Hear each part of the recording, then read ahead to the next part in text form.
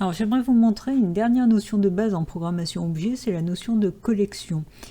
Pour suivre cette vidéo, vous devez avoir vu la vidéo précédente numéro 73 parce que je vais reprendre effectivement le même programme. Alors rappelez-vous, c'était un petit programme où on avait la possibilité de saisir des humains ou des X-Men et au fur et à mesure une liste se remplissait.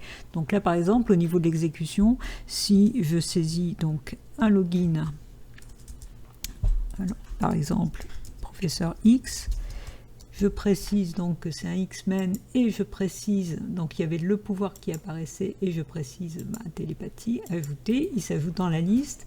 Et par contre, si je saisis un humain et que je précise sa vie, à ce moment-là, par exemple 9, j'ajoute, il s'ajoute dans la liste. Alors vous vous rappelez que au niveau du code, si je retourne dans la partie code, on avait un système de polymorphisme qu'on avait détaillé, qui était vraiment très intéressant, c'est qu'on avait donc une méthode info qui, dans la classe mère des personnages, était abstraite et qu'on avait redéfinie dans les deux classes filles. Vous voyez en override, donc on avait une méthode info dans la classe humain et une autre dans la classe X-Men. Et tout ça, on le gérait à travers un tableau. Alors c'est là que ça devient intéressant donc pour cette vidéo, c'est qu'on va éliminer la notion de tableau et on va passer à la notion de collection. Alors c'est quoi une collection? C'est un peu le même principe qu'un tableau, mais en beaucoup plus puissant, c'est que vous allez pouvoir en fait ajouter, enlever, quelle que soit la taille, vous n'avez plus à vous inquiéter de la taille comme dans un tableau, et vous n'avez plus à vous inquiéter éventuellement des cellules que vous enlevez dans un tableau. Vous vous rappelez, on était obligé de décaler les cellules pour éviter des trous dans le tableau. Là, ce n'est plus du tout le cas dans une liste, et on n'a plus besoin de mémoriser le nombre de cases effectivement remplies dans le tableau, parce que de toute façon, la collection va changer de taille au fur et à mesure de son utilisation. Donc j'enlève NP perso, la déclaration et l'initialisation de NP perso, et je vais déclarer un objet de type liste. Liste étant le principe donc de la collection. C'est un exemple de collection sous C#.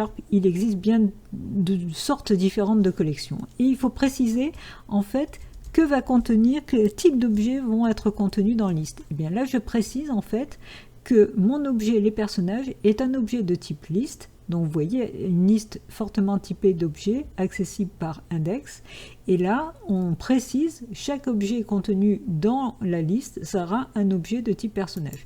Du coup, derrière, je crée avec new, je crée un objet de type liste et vous voyez qu'il me propose liste de personnages. Et là, j'appelle vraiment un constructeur, d'où le fait que je mets des parenthèses.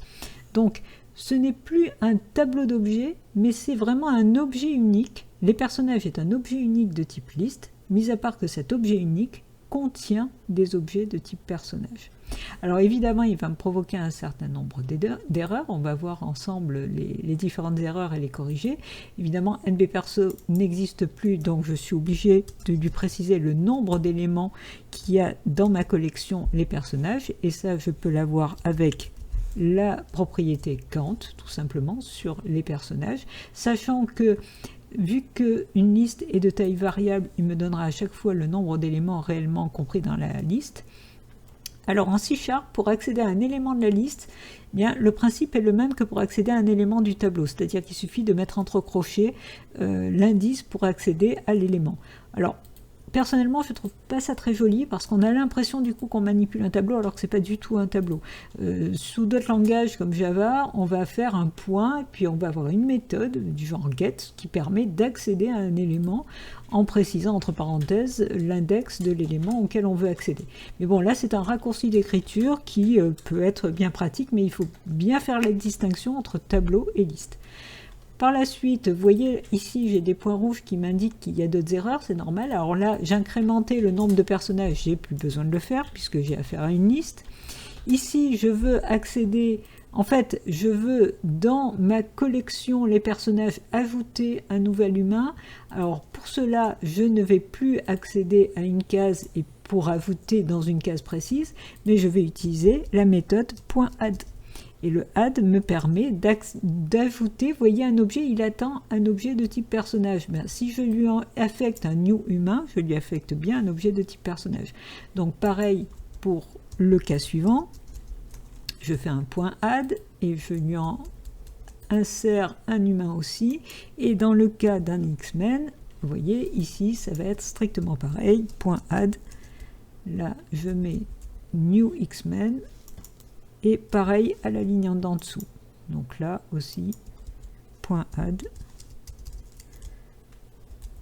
et new X-Men. Voilà, sans oublier la parenthèse. OK. Eh bien, il n'y a plus d'erreur. Alors, on va tout de suite exécuter déjà pour voir si le programme fonctionne toujours. Ouais, donc, je reteste en tapant un login. Donc, à nouveau, professeur X, un X-Men et télépathie. J'ajoute et vous voyez, il a ajouté correctement. J'ajoute un humain. Je choisis la vie, j'ajoute, et il s'est ajouté correctement. Donc le programme fonctionne exactement comme avant, mis à part qu'on est passé au principe de la collection. Vous avez vu que ça nous a simplifié le programme, et surtout la collection est beaucoup plus puissante que le tableau. Donc ça permet de faire énormément de choses, et il existe toutes sortes de collections, des collections qui permettent d'avoir des éléments triés par exemple. Donc ça, au fur et à mesure, lorsque vous allez coder, vous allez découvrir ces différentes possibilités. Voilà, cette série est terminée au niveau des bases de la programmation. C'était le dernier épisode de la série. J'espère que ça vous a donné une idée globale de la programmation procédurale, événementielle et de la programmation objet, tout en effleurant juste les bases, et que ça vous aura donné vraiment envie de coder.